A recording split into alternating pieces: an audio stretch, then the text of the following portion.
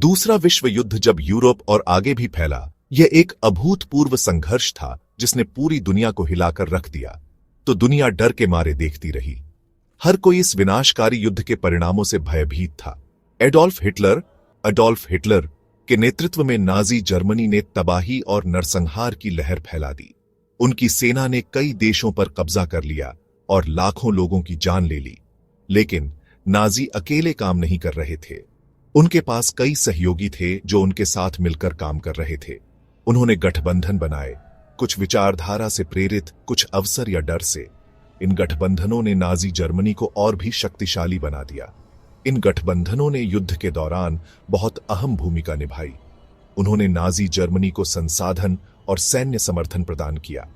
Europe से लेकर Asia तक देश नाजी शासन के साथ जुड़ गए। उनकी वजह अलग अलग थी। कुछ ने राजनीतिक लाभ के लिए तो कुछ ने अपने अस्तित्व की रक्षा के लिए ऐसा किया। इटली और जापान जैसे बड़े देश दुनिया के ऑर्डर को बदलना चाहते थे। वे अपने साम्राज्य का विस्तार करना चाहते थे और नाजी जर्मनी के साथ मिलकर अपने लक्ष्य को प्राप्त करने की कोशिश कर रहे थे। हंगरी और रोमानिया जैसे छोटे देश पॉलिटिकल, इकोनॉमिक और टेरिटोरियल महत्वाकांक्षाओं के कारण इस संघर्ष में शामिल हो गए। वे अपने क्षेत्र का विस्तार करना चाहते थे और नाजी जर्मनी के साथ मिलकर अपने लक्ष्यों को प्राप्त करने की कोशिश कर रहे थे। इन गठबंधनों को समझना दूसरे विश्व युद्ध के पूरे दायरे को समझने के लिए बहुत जरूरी है। यह हमें यह समझने में मदद करता है कि कैसे विभिन्न देशों ने अपने हितों के लिए इस संघर्ष में भाग लिया। यह शांति की नाजुकता और अतिवाद के खिलाफ सतर्कता के महत्व की याद दिलाता है। हमें यह नहीं भूलना चाहिए कि इतिहास से सीखना और सतर्क रहना कितना महत्वपूर्ण है। बेनिटो मुसोलिनी के फांसीवादी शासन के तहत इटली नाजी जर्मनी के सबसे प्रमुख सहयोगियों में से एक के रूप में उभरा। मुसोलिनी का इरादा इटली को एक महान शक्ति के रूप में स्थापित करना था। मुसोलिनी ने हिटलर में एक समान विचारधारा वाला व्यक्ति देखा, जो अपने राष्ट्रों को पूर्व गौरव को वापस दिलाने के रास्ते पर एक साथी यात्री था। दोनों नेताओं ने अपने अपने देशों के लिए विस्तारवादी योजनाएं बनाई थीं और एक दूसरे के साथ सहयोग करने का निर्णय लिया। 1939 में हस्ताक्षरित पैक्ट ऑफ स्टील ने इस गठबंधन को औपचारिक रूप दिया। इस समझौते ने दोनों देशों को एक दूसरे की सैन्य और आर्थिक सहायता का वादा किया। इतालवी सैनिकों ने उत्तरी अफ्रीका, बाल्कन और पूर्वी मोर्चे पर जर्मनों के साथ लड़ाई लड़ी। इन मोर्चों पर इटली की भागीदारी महत्वपूर्ण थी। हालांकि इटली का सैन्य प्रदर्शन अक्सर कम पड़ता था, जिससे मुसोलिनी के शासन की सीमाएं उजागर होती थीं। इटली की सेना को कई बार पीछे हटना पड़ा, जिससे मुसोलिनी की महत्वाकांक्षाओं को गहरा धक्का लगा। इन असफलताओं ने इटली के भीतर असंतोष को भी बढ़ावा दिया। असफलताओं के बावजूद नाजी जर्मनी के साथ इटली के गठबंधन के गंभीर परिणाम हुए, जिससे देश एक विनाशकारी संघर्ष में घिर गया।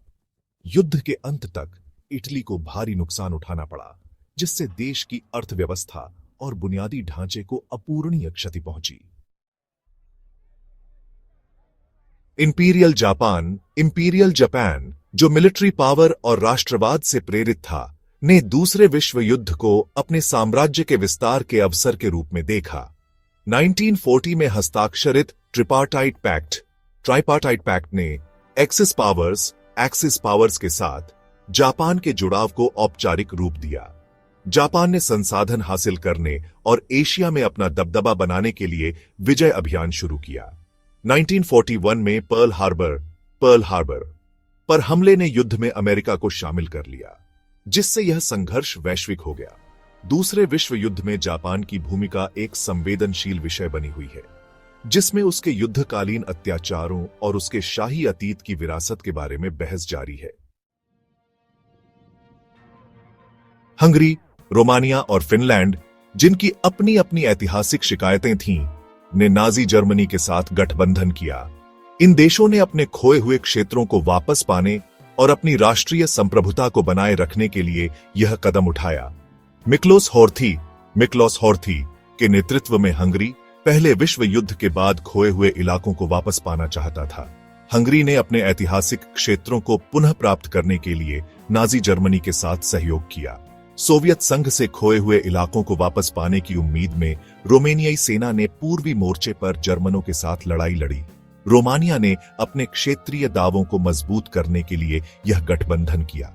सोवियत संघ के खतरे का सामना करते हुए फिनलैंड ने खोए हुए क्षेत्रों को वापस पाने के लिए अनिच्छा से जर्मनी के साथ गठबंधन किया। फिनलैंड ने अपनी स्वतंत्रता और सुरक्षा को बनाए रखने के लिए यह कठिन निर्णय लिया। इन देशों के अनुभव युद्ध में छोटे देशों द्वारा सामना किए गए जटिल विकल्पों पर प्रकाश डालते हैं।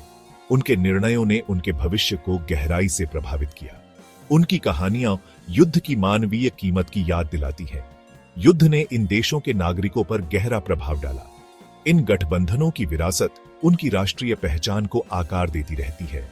आज भी इन देशों की पहचान और इतिहास में इन घटनाओं की गूंज सुनाई देती है। विची फ्रांस, क्रोएशिया और स्लोवाकिया ने खुद को नाजी शासन के साथ जोड़ लिया। मार्शल फिलिप पेटन के नेतृत्व में विची फ्रांस ने नाजियों के साथ सहयोग किया, यहूदियों को देश से निकालने में भाग लिया। क्रोएशिया में उस्तासी यूस्टेसे शासन ने सर्ब, यहूदियों और रोमा को उत्पीड़न और विनाश का निशाना बनाया। जोजेफ टिसो के नेतृत्व में स्लोवाकिया ने यहूदी विरोधी कानून बनाए और अपनी यहूदी आबादी को देश से निकालने में सहयोग किया। ये कहानियां क्रूरता के लिए मानवीय क्षमता और अनियंत्रित नफरत के विनाशकारी परिणामों की भयानक याद दिलाती हैं। तटस्थता की अपनी परंपरा के बावजूद नीदरलैंड दूसरे विश्व युद्ध के दौरान नाजी प्रभाव से अछूता नहीं रहा। डच नेशनल सोशलिस्ट मूवमेंट प्रमुखता से उभरा और इसके सदस्यों ने नाजी नीतियों को लागू किया। CABR अभिलेखागार युद्ध के दौरान डच सहयोग की सीमा को प्रकट करते हैं। ये अभिलेखागार नाजी शासन की सहायता करने वालों के कार्यों और प्रेरणाओं की एक भयावह झलक प्रदान करते हैं। CABR अभिलेखागार के डिजिटलीकरण ने नीदरलैंड में अपने युद्धकालीन अतीत के बारे में नए सिरे से बहस छेड़ दी है, जो महत्वपूर्ण है। होलोकॉस्ट नाजी शासन द्वारा 60 लाख यहूदियों का व्यवस्थित उत्पीड़न और हत्या मानवीय पतन का एक भयानक प्रमाण है। होलोकॉस्ट की गूंज अब भी गूंजती रहती है, असहिष्णुता और भेदभाव के खिलाफ चेतावनी के रूप में काम करती है। होलोकॉस्ट से इनकार और विकृति का मुकाबला करने में शिक्षा एक महत्वपूर्ण भूमिका निभाती है। होलोकॉस्ट स्मरण के लिए समर्पित संग्रहालय, स्मारक और शैक्षणिक संस्थान चिंतन और सीखने के लिए महत्वपूर्ण स्थानों के रूप में काम करते हैं। होलोकॉस्ट को याद रखना केवल स्मरणोत्सव का कार्य नहीं है, यह कार्रवाई का आह्वान है। अतीत से सीखकर हम ऐसे भविष्य के लिए काम कर सकते हैं जहां होलोकॉस्ट की भयावहताएं फिर कभी न दोहराई जाएं।